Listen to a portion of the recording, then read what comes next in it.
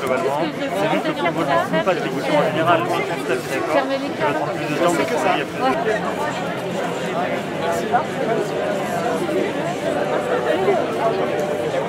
Cette grève, déjà aujourd'hui, c'est une réussite.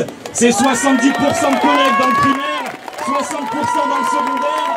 Et ça faisait très longtemps qu'on n'avait pas vu ça. Il y a une réelle exaspération vis-à-vis de la politique menée au niveau sanitaire. Mais pour moi, cette politique menée au niveau sanitaire, elle est représentative du reste de la politique menée au niveau de l'éducation.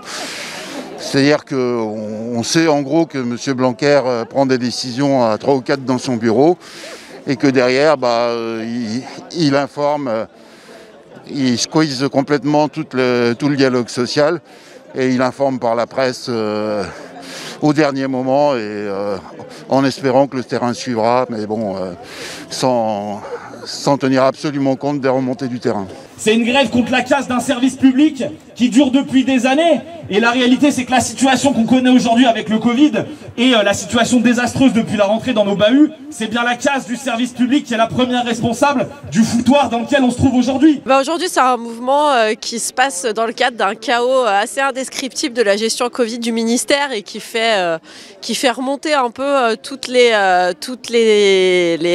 manquements de ce ministère avec des protocoles qui ont changé 3 fois depuis la rentrée, qui sont donnés du jour pour le lendemain, des personnels qui sont du coup dans l'incapacité de pouvoir gérer, et puis des manques de moyens chroniques avec des manques de remplacement, le fait que dans les écoles, les instituts sont souvent trop peu nombreux pour gérer les enfants et donc une exaspération de l'ensemble des personnels.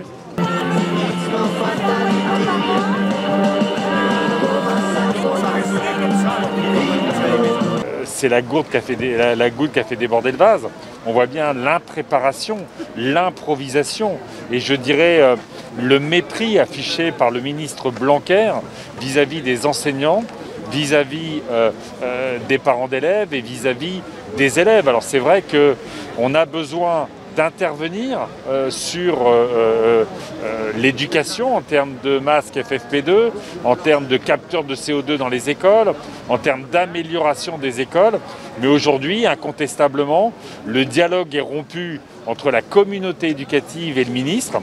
Et de fait, il faut changer de ministre pour pouvoir restaurer la confiance et permettre de passer cette pandémie dans les meilleures conditions.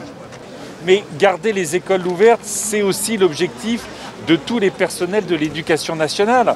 Arrêtons, et vous voyez encore une fois, le ministre veut faire croire que les enseignants ont juste qu'une envie, c'est de rentrer chez eux et d'être tranquilles. C'est pas vrai, ils se battent depuis 2 ans pour essayer d'éduquer nos enfants, d'essayer qu'ils restent au contact de l'école et on sait à quel point c'est essentiel.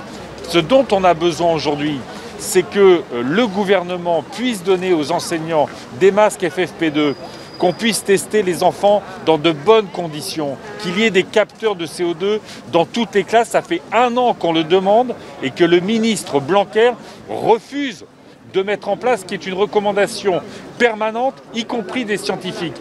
Que le gouvernement fasse son boulot, que le président de la République protège nos enfants, protège l'école et protège les enseignants.